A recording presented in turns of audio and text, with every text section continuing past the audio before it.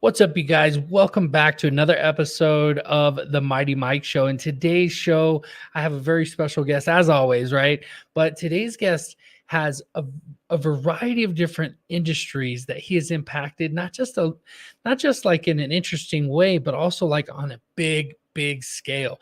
So I'm excited to have him on. We're going to dive into it, so don't go anywhere. So the big question is this: how can we achieve financial freedom, quit the 9-to-5, and live a mighty life? That is the question, and this show will give you the answer. You are listening to the Mighty Mike Show with your host, Mighty Mike Reed.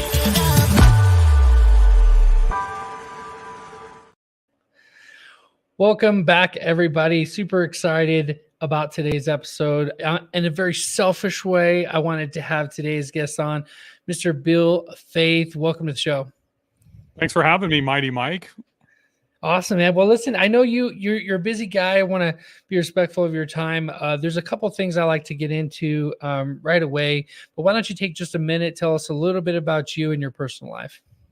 I'm an old man. I'm 50 and I've got two young daughters, a wife that's my best friend, and an incredible 25-year marriage too. She's actually in the Outer Banks setting up two massive super properties right now. Hopefully I'll see her in the next couple of days. Look, I've never really had a real job, so I've been an entrepreneur my entire life. I played professional golf out of college, and I just got into, as I was telling you, like one of my first big exits was I met a family and just outside of Sao Paulo, Brazil, playing the South American PGA Tour, and they handmade swimwear and sarongs, and I started drop shipping Bell Aqua bikinis in on AOL chat rooms and Netscape in the early 90s, and everything just kind of blew up from there. I sold the Venus swimwear, and I've owned 6 restaurants in California, Wild Bill's Texas Smokehouse, and I've had a marketing agency. I'm in real estate. I've been in the limousine business. There's a lot of things that I've done, and I've been very blessed to learn at a young age to understand that really sales and marketing is the most important component if you want to build businesses. Wow. Well, I love all that. I love to get started on a personal level, because a lot of times people are like, well, cool, he's a, tycoon, you know what I mean? Like they can't relate to us at all. But I feel like we've all come from somewhere, right? We've all had that story where we were sweeping out the local grocery store or whatever. What was that for you? Like how did you get your very first, I know you said a little bit of it, but how did it be something else? Like when you first got started, did you go get a job when you were a kid? No, I did not. So, I had a paper route. My mom forced me to get a paper route when I was like 12 years old. So, I guess that's a job. But really the entrepreneurial spirit was born inside of me when I was playing. It's called a junior am. For anybody that plays golf, you have pro-ams. And junior golf, my mom was a teacher. Look, my mom probably never made more than 30 grand a year. My parents were divorced. I didn't know my father. My grandparents were extremely wealthy, but my mother and I never had access to that. So my mom was a teacher in Bakersfield, California. She spent every single penny. As I started playing golf through the Big Brother program since I didn't have a father. My big brother introduced me to golf. I was really good in baseball, basketball, soccer. I got really good in golf really, really fast. So I'm OCD, ADD, every acronym that a successful entrepreneur needs. Honestly, for whatever reason, I had them all, and nobody was an entrepreneur in my family. My grandparents were educators. My mom was an educator. So here's what happened. We met a guy named Jay Jacoby at a junior am in Los Angeles. Bakersfield's like 2 hours north of LA. And he gave me like 5 t-shirts. This was back in probably 88, 89. And it was back when people were wearing Zubaz pants. If you remember the crazy workout pants, and the shirts were all crazy. And I was a Laker fan. He gave me like Barkley, Malone, Elijah Wan, Jordan. I'm like, I don't want these fucking shirts. So I sold them to my friends. I saw Jay like 3 months later. That was like probably beginning of the summer, end of the summer. I see him at another tournament. Hey, how'd you like the shirts? My mom looks at me, gives me the kind of the crazy eye. Tell him the truth. Jay, if you would have given me like a Kareem or a Worthy or a Magic, I would have kept them, but I sold them because we needed the money for gas money to come back down to LA and play in more tournaments. And honestly, I'm a Lakers guy. He took us to his house. I'm going to tell the short version. Took us to his house afterwards, gave me a box with like 100 t-shirts, said, you're going to pay me $5 a shirt, sell them for whatever you want. bring me my money. Next time I come back down, you keep the rest. And so my mom, who was a teacher, just bought a preschool. And I'll never forget, old, like early 80s house, wood panel walls, all that shit. We're sitting at the dining table and she starts telling me, hey, if you're going to have your friend Michael Knight help you, you got to give him a percentage or pay him or whatever it was. Here's what we're line item. Here's what we're paying Mr. Jacoby, $5 a shirt. You have 100 shirts. If we charge 20 and you pay me back for the gas and all this type of stuff, here's how much money you're going to have left over to go buy more from Mr. Jacoby. I didn't understand it. I mean, I'm 14, probably 15, 16. But that was my first foray into entrepreneurship. I hired Mike Knight, Kevin Thomas, my two best friends, sent them to other high schools, ended up selling like 200 shirts a week. I'm making, it was like roughly around 10 or 12 bucks a shirt net income after I paid them, did all that other stuff. That's what funded as I got really good in junior golf. That's what funded me to be able to go play in the junior world championships and play on like the AJGA. If I didn't do that, my mom didn't have enough money, for me to be able to supplement that. And I kind of parlayed that into a full ride to play golf at UCLA, or I probably could have never afforded that either. Wow. So that hustle, that's exactly it, right? Like we all have this different hustle. I haven't heard that one before though. T-shirts like that. And the fact that you had your mom there to support you and kind of like, hey, there's some structure here, this is how you sell them. This is what they cost and all that. Yeah. Well, it was really interesting, Mike, because she wasn't an entrepreneur. She literally went and got an SBA loan to buy this preschool, and we were learning together. She was teaching me as she was reading books. And, thank God she got a CPA who ended up being my CPA, my best man at my wedding, who was able to give her some advice on that side because she had no clue. Right. Wow. And I had no clue at that age. And I think that's like, obviously I'm in the short-term rental space. I used to be in long-term. I mean, I'm invested. I've got some multifamily and that type of stuff too, but really heavily into the short-term. And the problem is most people in this industry don't look at it as a business. So that was kind of my thing when I got into this. Hey, every property is a standalone business. And that goes all the way back to that dining table with my mother. Yeah. Yeah, that's so great. That's so cool too. Like, I can't help but think of faith, right? I can't help but think of like blessings and like things falling into order according to the action that you're taking. Like, you can't just sit on your hands. You got to go after it. So that's really cool. That's what you did. That's what I take from your story. You took action. And what's interesting though is that it came from a place where you were like, I don't want these shirts. Yeah, I don't want these shirts. Well, what were they worth and things like that? It's kind of crazy. So let's transition. That is that guy up there putting somebody in your life and you have no idea what the impact is going to be. I had no idea what I did not want a big brother, but you know what? My mom made me get a big brother, and my first one sucked and it didn't work out very well. My second one, Chris, is the guy that introduced me to golf. You and I would not be sitting here talking if my mom didn't force me to get a big brother, if he didn't happen to be a golfer. Golf fundamentally changed the whole outcome of the rest of my life and my wife's life and my children's life. It's incredible what happens. And you bring something up. So I'm actually going to read you a text message. I had a conversation this morning at 6:45 with a gentleman that's in my war room. That's like my $25,000 mega mastermind. Bill, also to share with you, not to sound crazy, but to encourage you, I was praying this morning before you called. And one thing in my prayer was clarity for the business. I'm not going to say the name of it, asking the Lord for wisdom. And at that same time, when I finished, you texted. I share this to simply encourage you that God, Lord Jesus Christ, is using you. Thank you. You're anointed for business, and Jesus is using you mightily in the marketplace. You should know this. Thank you again. He just sent this to me probably an hour ago. So I was texting with him this morning, and then I called him after I got done. I told you I've done like 4 podcasts today. I had to do 3 of them. And then around 11:30, I just called him out of the blue and we started chatting. He didn't even tell me that. We were on the phone for an hour. And then I get that text at like, it's 4:14 my time at like 3 o'clock in the afternoon. It's all because of him up there. Yeah. Yeah. Wow. I love this. I love this whole line too, because for me, I think a lot of people think, well, good things, bad things, and happen to different people. But I just, the one fact, it's almost like gravity, is that if you put in your part and you do all that you can do, he'll do the rest. And I see it time and time again, so many times. If people have faith and they put in the work, it will come back, 10 or 100-fold, and I think agree 100%. I believe that every human being, like you said, you could grow up in the hood in South Central. You can grow up and, as Donald Trump's kids and, whatever in Manhattan or anywhere in between. But there are 3, 4, or 5. There's a handful of opportunities that are put in front of us to take us and transcend us to the next level. The difference between some people is some people see them and take action on them and other people don't.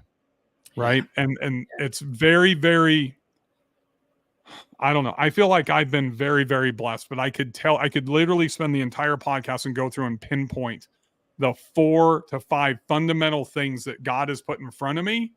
And I was fortunate enough to be able to see them and grasp onto them and hold on to them for dear life, but also hold on to them and run with the execution. And that's what's transcended me to put me into the position that I'm in today. Yeah. And I'd love to get into those things. And I think we will along the way, because the way that I have structured the show is essentially to go through a series of lessons that we all learn and that we can get excited about. And so one of the first ones is essentially, what is that worst experience where you probably had the biggest lesson? It's a lot of things we don't want to talk about, but we start with that because we're going to go into your greatest experience afterwards. I'll say the worst experience came from probably, I think, what turned out to be the best decision that I ever made in my life. And that was, I dropped out of UCLA on a full ride scholarship 3 months after going there and starting. Let me rephrase that. I didn't like the coach. I didn't like the situation. It wasn't as billed. I loved my teammates. I won 3 out of 6 tournaments. I thought I had the you-know-what by the you-know-what. And I thought I was Tiger Woods. I did grow up with him. I wasn't as good as Tiger Woods. And I dropped out without telling my parents. And why it turned into the worst experiences is I didn't even think about the ramifications. I just disliked it so much. And I didn't want to transfer. I just quit. And I broke their hearts. They're all in it. My grandparents and my mom were educators. I had a free ride to UCLA. And they said, you know what? Okay. But you're on your own. Not giving you any money, not supporting you, no roof. You're on your own. My grandfather had given me $3,500 cash to go to UCLA. Thank God I took the entrepreneurial experience my mom taught me selling T-shirts to start selling pizzas. So at our dorm that had like 800 rooms in it, Pizza Hut guys would roll up on a moped and sell, the little personal pan pizzas for $5. Well, I figured out that if I met him down the street, and I would pay him $5 and buy all of them, and I gave him 20 to get his little warmer. I said, go tell him you lost her. I stole it from you. Then I would take the pizzas in my own warmer. I'd go in and I'd sell them for $7.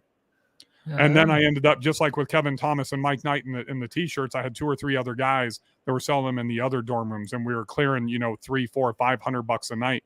I turned that $3,500 into about $17K before I left, thank goodness. So I had a little bit of money. I went and got an apartment. And then it was tough. It was like gambling. And I'm not talking like blackjack or sports or anything. It was gambling on the golf course, with older people, businessmen like myself today, to try to make ends meet before I turned professional about 6 months later. But it was really, I let my parents down. It was the first time, or my mom and my grandparents. I didn't have my father. And all 3 of them told me for the first time ever in my life, they were disappointed in me. And that crushed me. I had to make it on my own. Not to prove them wrong, but to say, you know what, I'm going to turn this decision into, the best decision of my life. And it ended up being that because I had to go out on my own. I hadn't even turned 19 yet, Mike. I was still 18 years old in 1992. And I had to make it work. There was no other option for me. I would be at McDonald's or pumping gas or doing whatever today. That's wow. Well, it's definitely a different storyline, right? Like, the whole golf and the struggle and things. And so, what I can't help but think about is like most of the time when you hear about a story where they come and then they end up successful, like you are, like you've had massive success. A lot of those earlier times shaped them so that they could be better prepared for later on, where they were able to make decisions. So what I take from your story, and just a couple of things that I pick out there, is the idea that, hey, let me be the middleman and make some money, right? Like, you already know pizzas are being sold. You didn't have to go start your own pizza joint to know how to make money, right? You went out and you bought pizzas from other people, and then you were able to sell them. Do you feel like you went after the pizza idea because you already knew that there were so many people who loved and wanted pizza? Or did you think about, hey, there's all these pizzas coming, let me see if I could sell them? A combination of both. So I think people look at the word opportunist as a negative connotation.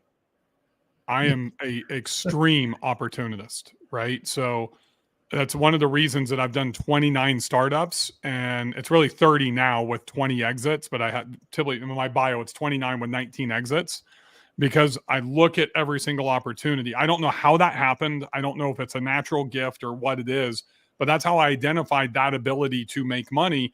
And then essentially I'm the guy that walks down to grab the pizzas, and then I give them to my friends, and they're the ones that are hustling up and down the floors in the dorm rooms. I'm not the one that was doing that work, right? So find the opportunity, figure out how I'm going to scale that opportunity, because it didn't make sense for me to just grab, 20 at a time and go sell them on my own. I wanted to figure out a way to scale. Same thing going back to the t-shirts. I don't know if it's something that my mother taught me, if it's just something that was natural, but finding the opportunity and then how to scale is really the important part. So you put in the thing at the beginning, the graphic, I did build 1 to 50 million. I built 2 to 30 million. It's about 7 or 8 more above 10 million. And what I found is it took too much of the labor, and I didn't like having employees and all the burden, that goes with it. So that's when I learned really early on that I wanted to get to that $5 to $10 million range, and then I would exit. And then I would figure out something new from that opportunity that I could identify to start. So the opportunities fell in my lap when I was young. I got lucky, but luck is about earned. I think we all earn our luck, right? Right place, right time. Well, you ended up being there for whatever reason. As I got older, I knew that when I exited, I would have capital, and then I could deploy that capital into research, travel, whatever I needed to do to find, that next opportunity. And even today, it's the same thing. I'm still looking for more opportunities, just like I've got multiple vertical integrations into the vertical that I'm in now with short-term rentals. I own the largest conference in the industry, which is in like 5 weeks. I started a VA service. I've got a marketing software SaaS company. I've got a coaching business. I've got my own portfolio. I've got a hosting and management business to where now I can verticalize, one skill set that I became really, really good at, which was investing and then, maximizing value post-investment. I love it. I think where I could benefit the most from learning from you, honestly, is like we are a lot alike in the way of seeing opportunity. And the reason why I know this is because anytime I've ever dated, I go out somewhere. Can we talk about something other than, like, we'll go to a restaurant. I'll be like, they really need to cut this wall out, put some outside dining because there's a lake right here. Like, I'm like sitting here thinking like, this is what I would do. And I've never owned a restaurant, but I know, that if they did this thing, their business would double. Like immediately. Exactly what you're talking about. My wife tells me to shut up. She's like, I do the same thing. And she's like, I'm sick of hearing of this. Everywhere we go, hotels, airline, airport, restaurant, whatever, just stop. Just turn your brain off for like 15 minutes so we can have a meal. Yeah. Or and the thing is, I'll say, well, what do you want to talk about? And it'd always be problems. And I'm like, well, why don't you just do this? And she doesn't want to hear that either, So yeah, we just talk about sports and Taylor Swift now in our family, because I'm the only dude. Just so everybody knows, female cat, female dog, 2 daughters, my wife. That's it. It's estrogen filled, and I'm the only testosterone around. So this is good. Okay, so you can relate, and so I'll ask you. So what do you do when you get all these ideas? How do you know which ones to double down on? Because the word startup for me is like, I have 8 businesses, and 2 of them make good money, right? 2 of them do really well. So I'm thinking, should I double down on those 2, right? And I know a lot of people that are like us, where we see these opportunities. When do you kill an opportunity where it's a good opportunity, but maybe not for me? How do you know? Yeah, I mean, so for me, it's every time. So I kind of go through these spurts or segments, right? It's what I learned from my business partner in my Glow Golf business. So we had 178 glow-in-the-dark miniature golf courses in shopping malls from 2003 through about 2000, really through COVID, 2020. And that was, I had a limousine company during that time as well. So I parlayed becoming the fastest growing limousine company in the history of the industry, and a motor coach company like buses into starting a marketing agency when I sold and I exited to do the marketing, because that's what I was really good at. I was customer 33 at HubSpot. So then I turned that into Limo University, which was my first coaching program. And then I started the Inner Circle Mastermind. So I'm taking all of these skills and the brand that's built and the authority that's built in a vertical, and then I'm leveraging that to kind of build into my own businesses. Hence why I'm replicating exactly the same thing here, if that makes sense. So I think that the identification for me is what I like most. Has nothing to do with potential or forecasting or financials. It's like, I know that I have the skills to where if I'm gonna have an interest in it and be passionate about it, then I'm gonna go after it and I'm gonna do it, because I can figure out how to monetize something inside or around that specific business model, if that makes sense, right? And then to be able to grow. So pretty much everything I'm doing in clusters, and I think that goes back to Reg Booth, who was my partner in Glow Golf. He was franchisee number 2 in Pizza Hut with his business partner, Bill Bennett. Did about $500 million in revenue through Pizza Hut over about a 40-year period. I should say he built $500 million worth of net worth through Pizza Hut. And then he owns half of Wichita, golf courses, restaurants, strip centers, all that type of stuff. But the one thing that he taught me when I was scaling out our Glow Golf business from 2 locations to 178 is buy in clusters. So when you go to Chicago or Moline or Charleston or wherever, find 2 or 3 malls to where we can get scales of economy. So in my transition all the way out to real estate investing today, there's a reason that I have multiple properties. So I started investing into Gulf Shores, Alabama, and I would put 2. I don't want to get too much, could get wiped out if I got 5 or 6 or 7 properties with hurricanes, right? I don't want to put too much if I was investing into California because of earthquakes or fires in the national parks or whatever that is. So typically for me, like 2 to 3 businesses, 2 to 3 pieces of real estate in an individual market, and then I move on to another market. The secret for me on the real estate side was very similar to what we did in rolling out and expanding the Glow Golf business. We went to secondary and tertiary markets. We stayed away from Atlanta. We stayed away from LA. We stayed away from Dallas and Houston. We ended up going there once we exhausted all the smaller markets. But like for real estate investing, excuse me, I'm only invested in the secondary and tertiary markets. I don't have anything in any major urban areas. Yeah, that's what I've heard. But when you're choosing that's a good method. Those secondary markets, instead of Austin going into San Antonio, maybe, or one of the, but to the business side, right? So when you're actually, and I do want to get into Airbnb, I do want to get into that, but real quick before we move on, on the business side, when you go to invest in something, you said passion. So I just want to dial in on the marketing stuff. So when you decided to do a marketing company, was that like, because you're like, I'm just great at this, why wouldn't I have a business that offers 100%?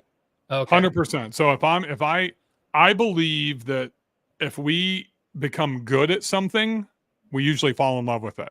Like if we're an average fisherman, you don't have the same desire to go fishing as opposed to where if you're like a kick-ass, like almost MLF, bass, fisherman, dude, you're going to be out there every day wanting to get better and you're catching stuff.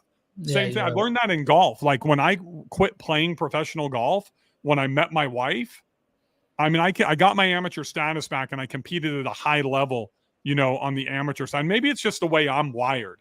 But once I had a couple of businesses and I couldn't get out to play golf 3 or 4 times a week. Right. And I went from being like one of the best as an amateur, and I started getting worse and worse and worse. I lost interest. Right. I wanted to be that bass fishing guy when I bought a lake house and the boat and all that type of stuff. I loved it. But then I found out I really wasn't very good at it and I didn't want to put the time into it. So now I'm not so much of the bass fishing guy. Now it's skiing. And I got really good at skiing really, really quickly because I did it the right way. And this is really important. I fell in love with skiing so much, I bought a house in Whitefish, Montana. So I could ski, and it's on a river. It's incredible. But it all started just over a year ago when I took my family to our Banner Elk, North Carolina place, and we went skiing for the very first time. My oldest daughter snowboarded. My youngest daughter, my wife, and I skied. We skied for 3 days. You know what I had all 3 days? An instructor. When we went out to Whitefish, Montana for spring break, and we skied for 4 days, you know what I had? The best instructor. When I just went back for opening day, you know what I had? The best instructor. And I just skied for 8 days out of the 17 days that I were there. So now I'm taking on the back of the mountain. I'm taking on blues for those of you that ski. I'm talking dark blues because I've had an instructor every day until the very last day. My daughter that snowboards and I went out and went to the back of the mountain by ourselves. And I was confident. And that's a big thing, is confidence, right? So every single business that I've started, I have sought somebody out and I've found the best instructor. That whether I paid for it or I got it for free or I partnered with them, right? And I'm talking like legitimate partnership in a business. That's the best one. That's why I started Wild Bill's Texas Smokehouse, 1995, I think it was. Greg Arts and Vivian Arts, they were in a small town and they already owned the gas station. They owned a restaurant. They owned the cafe. I knew nothing about the restaurant business. I knew I just had like $100,000 to invest, and my CPA connected us. And they said, look, whatever you do, you want to do something and follow them because they've been very successful. And I've kind of leveraged that model. So a lot of these things, Mike, end up almost falling into my lap because of the people that I surround myself with, if that makes sense. Yeah. Like the War Room, or was that later? The War Room. So it's funny. War Room. So I built a super team in the STR space. I've got the best attorney, the best CPA, the best agent, all that type of stuff. And so I created the super team, and then we created this War Room because that's really what people need. The doctors, the attorneys, the professionals, if they want to have the best, they got it all in one spot. That was the brainchild of, I used to be a member of Digital Marketers War Room. If you know who Ryan Dice is, Perry Belcher, they have this digital market. They still have digitalmarketer.com, this brand. So when I started with HubSpot, I also kind of learned through Digital Marketer all my marketing skills way back in the day, 2005, 6, 7. And so I had the experience through their War Room. I knew I wanted to create one in my own.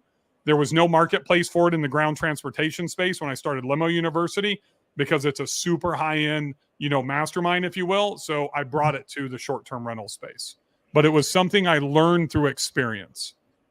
Yeah, that is so cool. And in real estate too, it's like it's kind of baked in on a local level with the meetups, right? Like all these investors go to the courthouse steps. It's been baked in since I don't know, maybe the 30s, or I don't know how long they've been doing that. But so you just brought it to a digital place and gave it the best. Let's talk a little bit about that, and maybe that has something to do with. Actually, before I forget, I really want to ask you that. This is so big for people who are watching. When was it a point where you knew that you didn't, like, I don't want to be like you were rich, right? Like, but when was that point where you were like, money is no longer a problem in my life? Like, I got this. A year and a half ago. Really? When I was 48 and a half. Only a year and a half ago. I almost went bankrupt in 2010. So I was in the ground transportation space, limousine motor coach company. We lost over 50, 60% of our business when the big three showed up in November 8th of 2008, which caused essentially the whole meltdown. It wasn't really Lehman, Bear Stearns. That was the kind of the precursor, but it was the big three showing up and needing bailouts that, really impacted the whole Great Recession. And then, the real estate market crashed. So I was in the limousine business. We all lost like 60%. Then we're just starting to recover. May 3rd of 2010, Nashville got flooded. I lost my number one business, which was my Glow Golf business in the Opry Mills shopping mall. There cost my wife and I $600,000 in household income. Just boom, gone, taken away. Kind of like COVID, right? If you were affected by COVID, you didn't have a warning. You didn't know it was coming. Boom, gone. And that's when, I just expanded into Little Rock, Arkansas with my limousine business. I had invested all the cash. So here's the thing that's a little bit different for me. One, I've only taken on an investor one time in any of my businesses, bootstrapped startups, and I've grown out of cash flow. So the problem is that it was the perfect storm. I depleted all my cash flow. If it wasn't for my business partner in Glow Golf, literally behind me right here, my wife, we had like painters muslin up there, and he was paying her $7,000 a Glow Golf unit to paint in here. She had a projector. She wasn't a painter. He was just trying to help us, and he knew we wouldn't take a handout, so he was making us earn it. We flew to Wichita, I don't know, maybe 9 months, right as we were starting to get back on our feet. So he paid us, $63,000. We went into his airplane hangar, and what do you think we found? He had tarps over him. He never even used it. We didn't have any stores. He was paying my wife literally to just help us. Sometimes we all need a hand up. We would have went bankrupt if it wasn't for him at that point. And Wow. so when I take that experience, I came out, I sold my ground transportation company. I got into the marketing space and I had a marketing agency. And I was customer 33 at HubSpot. So super early for those of you that are HubSpot users. And I watched their product grow. But then I started inbound marketing agents and that was all geared around the limousine industry. And I was growing so fast. I mean, I went to like 70 clients in like 100 days and, no employees to having like 12 employees. I helped them build their partner program at HubSpot and was their first platinum partner. Now they have diamond partners and all that type of stuff. But what I found is that an agency is a very tough business to be in. From scale. It's labor intensive. The employees don't give a real shit about the success of the business owner. That's why I had this disdain for agencies and I was turning into one. As I scaled, I couldn't deliver the results I could with 5 at 50 or 100. So I got out of that and migrated into the online, the one-to-many coaching, mentality. Yeah. With that being said, that's when I really started making money. That's when I got out of the, doing long-term rent and transitioning into short-term rent in 2015, if that makes sense. I love it. And I love that you said that because I did digital marketing, Google AdWords. I still have a website building host where we host hundreds of websites for people from the legal industry, right? And I had a lot of those, and I had the same experience where it's like you're a marketer, so you grow fast, and you know outbound prospecting, so you grow fast, but being able to manage all of this money because they're paying Google, right? They're paying Google ads and they're paying social media, and so being able to actually teach those folks how to do it themselves, though, that was a game changer for me. I started my own community and it was very similar kind of fashion. So that's really cool. I'm glad to hear that.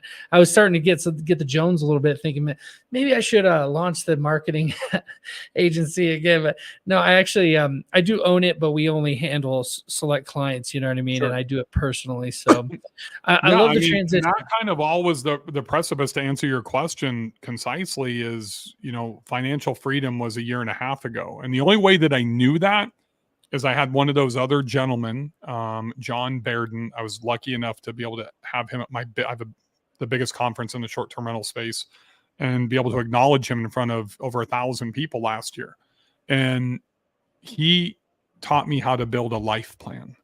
And there's no separation of church and state, or, we don't believe in work-life balance because that really sends a negative connotation that we have to split them. They need to work together. Yeah. So what happened is he taught me and these people in a mastermind that I'd started. I had a bad experience in EO, the Entrepreneurs Organization, in a forum. And so we started Spark because we all want that spark in our personal life. We all want that spark, in our professional life, and not to sell mastermind seats to other people. It's for us. Right. So I took the 3 high achievers along with myself, and there was like 4 underachievers, or regular people, in that forum at EO. And we went and we started this, and we knew that we identified there was one problem.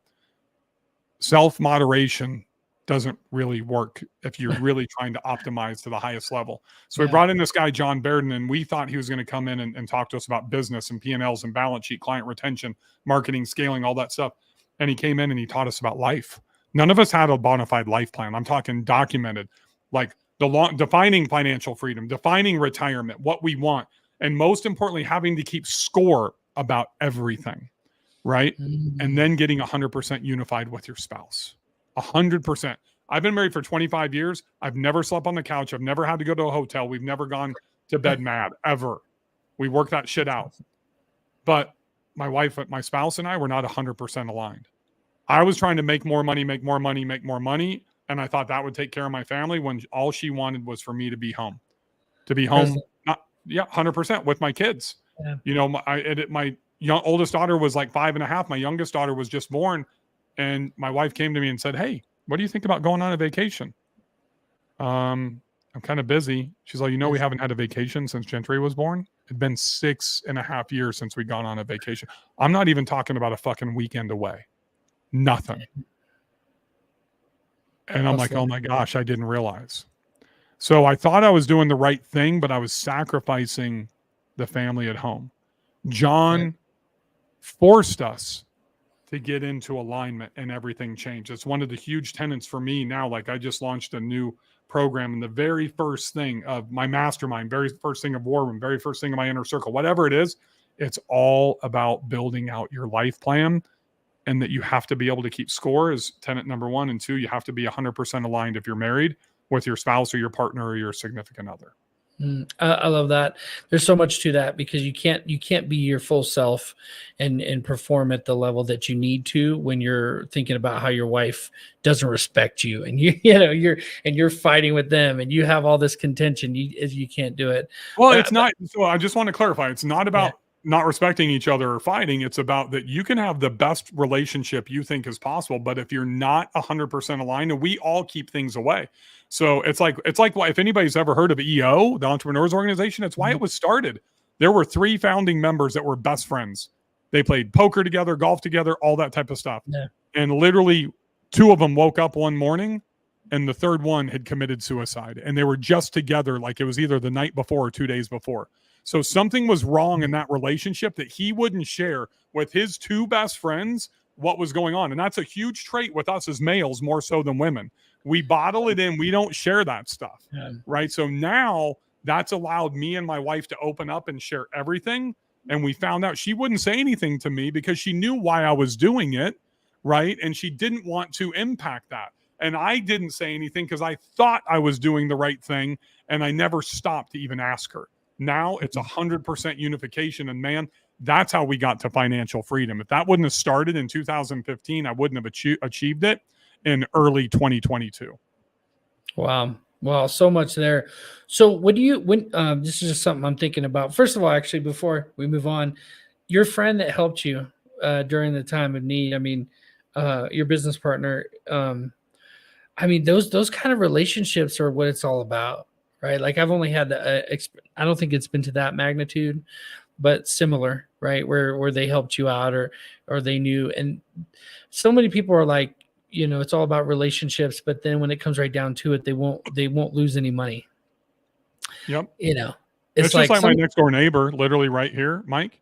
He owns the largest Cadillac dealership in the state. And I just bought my wife a $90,000 Cadillac like 2 months before that flood happened.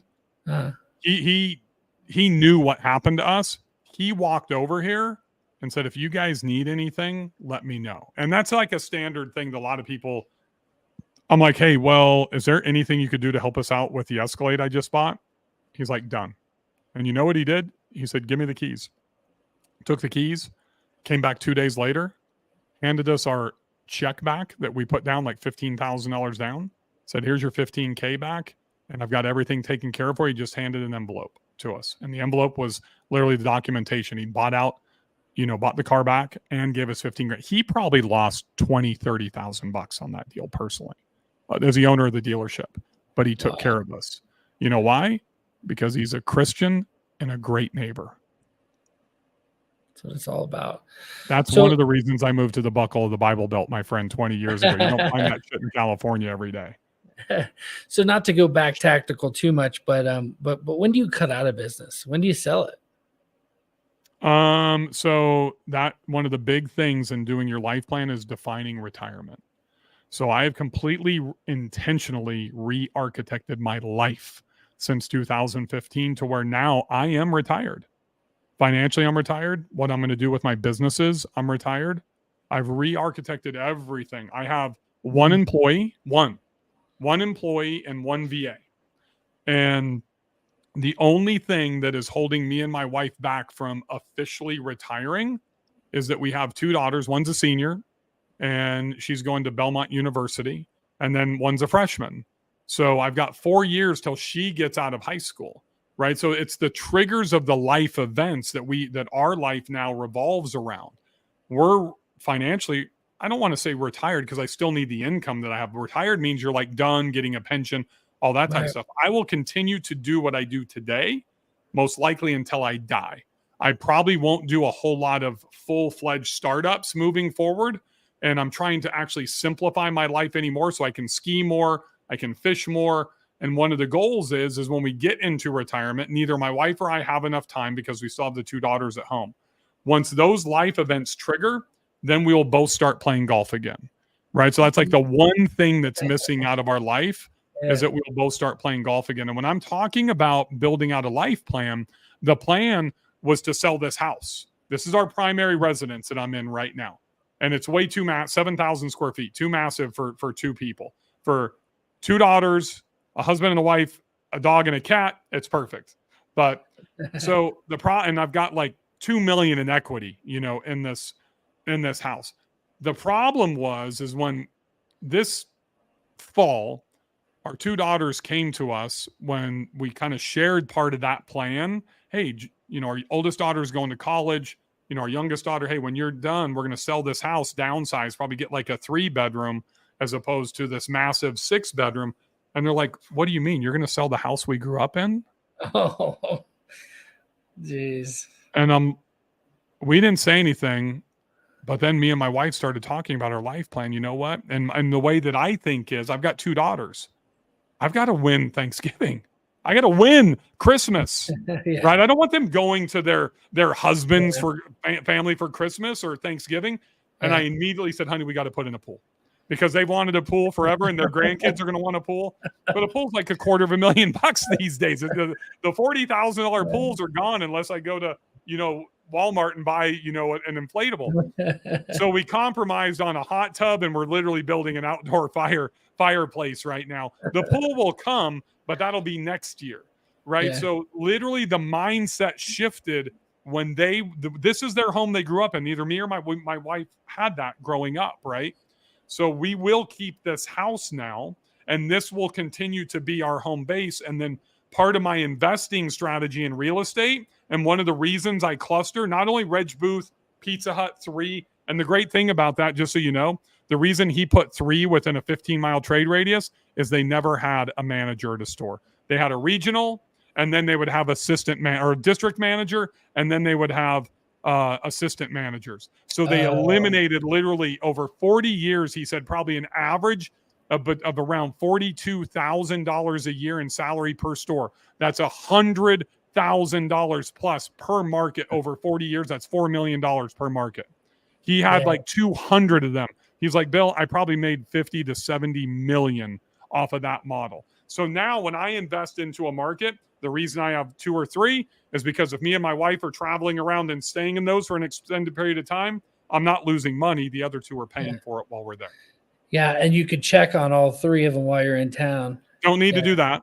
Have that in the systems, but just to really pay, for what we're doing. So we can go and stay there, but that's one thing for those of you that are invested, right? That sucks. I doubt you take your family to go stay at your multifamily investments. No. We take short-term rental, self-managed remote hosters. If you're buying in like luxury vacation rental markets and you want to use that for the 14 days that you can in a year within the tax code, then you typically will take your kids there. Our kids hate our short-term rentals, and that's the problem, because what happens when you go?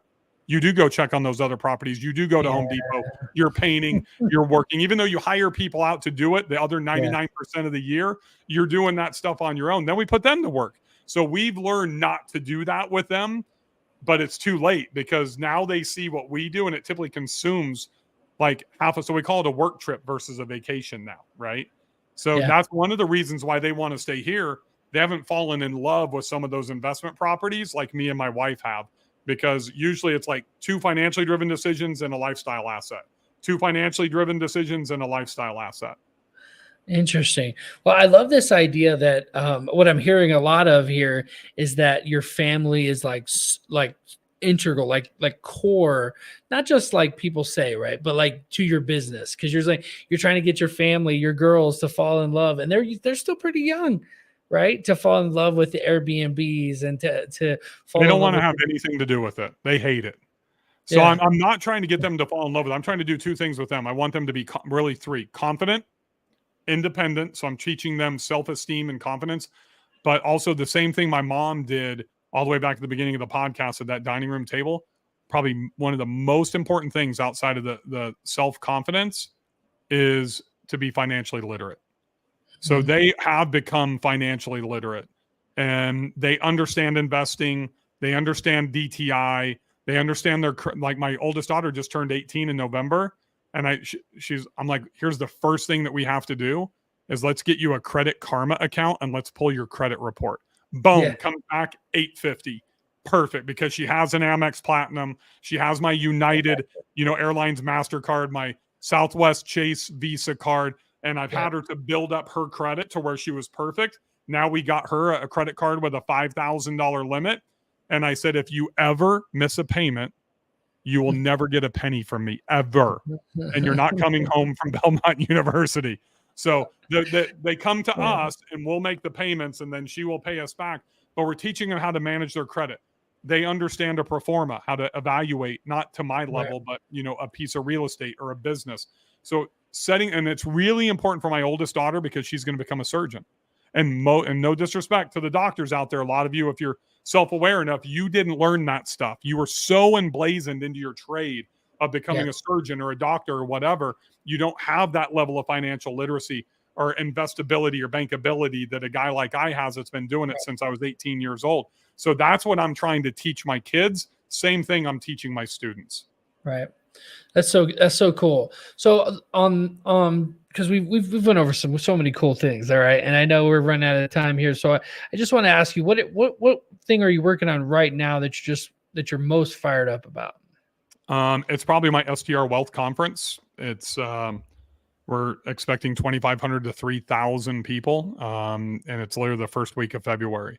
To be able to put that many people in a room with Damon John, Pace Morby, Sean Mike, Hank Norman, Angie Wisdom, the who's who of the real estate industry, and be able to give them access to that in a setting that is fun and energetic it's something I've always wanted to do. I've always wanted to host a big conference. This is our third year. And it's gone from based on the venue, we could only do 1,000 people, but now we're probably going to hit 3,000 this year. And my goal is to get to like 5 to 10,000. It's really, I don't know. It's a major undertaking, Mike. It's really hard to put on a conference of this magnitude, and it's risky because it's super expensive. This is not something that costs like 300 grand. It's like almost $2 million to put on an event like this. And it takes a team, a huge team. The first 2 years was just me and Chris, but this is the thing that I'm the most passionate about because of the impact that we can have in such a short period of time over a 3-day conference. Cause it's a no pitch zone. So there's no sales from stage. It's literally hardcore education. So that's what I'm fired up about. I love that. And we'll put some links in the description too, for that. Anybody who wants to go. When is it? February 5th through the 8th. It's the strwealthconference.com. It's awesome. It's going to be amazing. So I can't wait. I mean, you mentioned some names. I'm in the sub 2 community. I'm in, all these, almost all those communities. It's real estate is one of those things that it's almost like medical. If you go get your medical license, there's so many ways you can practice it. Yep. And I love that you're doing the short-term stuff on such a high level.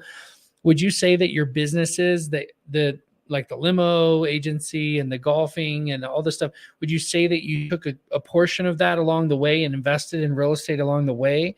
Or was there some type of a pivot where you decided, oh man, I got to start investing in real estate? When did that happen? That same CPA that helped my mom with her preschool, who was the best man at my wedding. The first year I went out and played professional golf in 1992, I made about $340,000.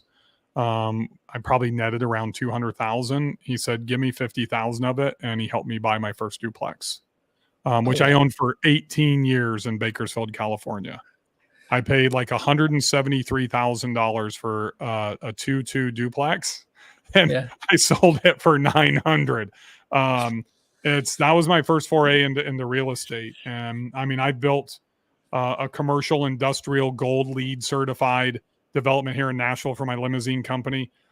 So look, here's what I'm going to tell you. I'm going to give you a 2024 prediction for real estate. And that apartments are, struggling and rents are, it's turning into a different market. Here or here? Tommy boy, right here. You don't want to be in the middle. The middle is getting squished and forced down to where you can only compete on price. Just ask Ruby Tuesdays, Applebee's, Sears, Kmart, Gap, They're all gone. Well, I guess Applebee's is still around, but Ruby Tuesdays is on its way out. Hanging Kmart's on. gone. Sears is gone. You either got to be Chipotle, quick service food on the bottom end, or you got to be the high-end steakhouse. You either need to be Nordstrom's, right? Or you need to be TJ Maxx and Home Goods on the bottom. Middle America, the middle class is, you're either going to get pushed down or you're going to rise to the top. So fortunately, for whatever reason, whether it was the t-shirts, whether it was Bell Aqua bikinis before I was acquired by Venus, Wild Bill's Texas Smokehouse, Glow Golf, whatever it is, my real estate, my short-term rentals, building super properties, I've always ascended to want to be in that top level. So as an example, it's why I got out of LTR, why I got out of multifamily. I don't want 100 doors, to make $20,000 a month net. I made $997,000 in net income in 2023, owning 12 doors in the short-term rental space. Net, not gross. I'm going to make about 1.1 million net this year in 2023 off of 12 doors again. Now it's fluctuated between 11 and 13, right? So that high-end space, the luxury, the ground transportation space, I was in the super high-end space. So when you look at somebody that's charging $1,800, $2,300 a month, and I can go in and I can do $10,000, $20,000 a month, I might have to have, 4 or 5 turnovers. But when I can figure out a way to automate that, then it's a much more investment. So that's when in 2018 is when I shifted everything out of my long-term and in the short-term. And people think that, there's an Airbnb bust or that the Airbnb market or short-term rental market is going to collapse in 2024. Yeah. It is if you're here. It's either going to force you down to here, but if you're going up here, it's not. Because the people that make $500,000 a year household income, if they take a 10% hit, they're still going on a $20,000 vacation. The household incomes that are doing $150,000 a year, they take a 20% hit, they're not going on the $5,000 vacation. So a lot of it has to do with understanding the marketplace, human psychology, and spending habits, and nailing that avatar that you want to go after. Every business I've gone to the top level, and I believe that's why I've been able to be successful. It's what I call the Louis Vuitton model. Yeah, because they pay a premium. It's not just like it's a bigger place and they're paying per square footage more because it's more square footage. You actually pay more per square foot too because of the luxury of whatever the item is, right? So you actually end up making more margin. With the buying habits, right? You're either an ego-based buyer, you're a price-conscious buyer, or there's 6, but these are the big 3, right? Or you are a value-based buyer. And I'm the type of guy, and so I'm going after my own buyer persona. That's what I call wealthy Wendy, wealthy Walter, right? You know this from a marketing, standpoint. So you give them the avatar, you give them the photo, you give them the name. What do they like? What do they buy? How do they spend? What do they drive? How many kids? All that type of stuff. This goes back to the marketing stuff, right? So now, literally, everything that I do is geared towards them. Everything. From where the market I'm buying in, to the type of property, to how I'm designing, furnishing, how much I'm investing, what my IRR, my cash on cash, all those things, all the way down to the type of linens. How I say it, what I name it, all that stuff is factored in. People don't get that intentional. Just like if you were a kick-ass Google AdWords guy, you did all that shit. If you were one of the slimy guys that didn't do anything and just took the retainer, which I know you weren't, then you're the ones that didn't get that side, right? So you know what? I can get the exact same steak at Outback that I can get at my favorite steakhouse. But you know what? I have no problem paying 5X and fly down to Tampa to go to Burns or go to Brooklyn, go to Peter Luger's or my place here in Nashville, Oak Steakhouse, whatever that is. I want to be one of those brands in every single thing that I do. Love it, man. Love it. This is so much value. I appreciate you coming on. What is your parting piece of advice for that? Maybe that person just getting started, they have a good idea. For a good idea? I mean, flush it out. Do some research. I think every great investor or entrepreneur is doing deep research to figure out what is going to impact the go-to-market strategy, what's going to impact the sale of that product, both positively and negatively. And most importantly, where can you find another vertical to be able to sell into, right? So like even the best real estate deals, Mike, require that type of additional research. But the number one thing, don't follow the herd. Get off of social media and literally figure out your own path. And if you are going to follow the herd, just stop and go the other fucking direction. and then start your business and run that way. Right. So that's what I look at. The ground transportation business was the prime example. Uber, Lyft, taxi, everybody competed on price, same vehicles. Every vehicle was the same. It used to be a Lincoln Town Car, then it was a BMW or a Mercedes or the same motor coaches. There's only like 4 motor coach companies, right? But I'm the one that took the MCI motor coaches in 2012, put in hardwood floors, leather seats, lighting, all that type of stuff that nobody else had, right? It was just the crappy buses that people were charging $100 for. I got $250 an hour, right? It's the same thing. My average ADR in my short-term rental space is almost $1,200, $1,180 a night. Think about how many one bedrooms you have to sell at 100 to 125 a night and do the turnovers and, all that crap to be able to get to that ADR. So you got to make that intentional decision of where you want to ascend to and what you want to get out of that business. And all of these things fall into that deep research that'll help you formulate that correct decision. So good. So good, Bill. I appreciate you. How can everybody keep up with everything you have going on? You can find me at BillFaeth.com. That's Faeth, BillFaeth.com. BillFaeth73 on Instagram, Build Short-Term Rental Wealth. I'm everywhere, every channel, TikTok, Instagram, LinkedIn, you name it. Awesome. Well, I appreciate you. You've just brought major value. I look forward to staying connected with you. And guys, reach out to Bill if you guys are interested in checking out all the things he has going on. Go check out his website. And again, thanks so much, Bill. Appreciate you. Thanks for having me, Mike. I appreciate it. All right, you guys, go out there, take mighty action, start your business. You can do it.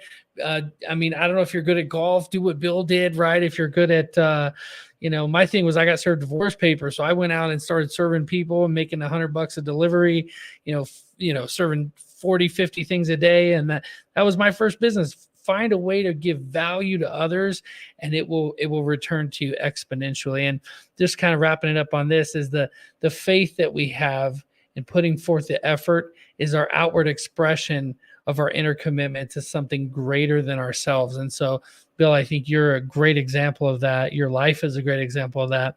And I appreciate you, brother. Thanks, man. Really appreciate you having me on. All right, you guys, take care. We'll see you on the next episode of The Mighty Mike Show. For more great content like this and your chance to win cash prizes each week live online, visit www.mightymikereed.com. That's www.mightymikereed.com. Don't forget to subscribe, rate, and review on your favorite audio platform. Until next time, take care.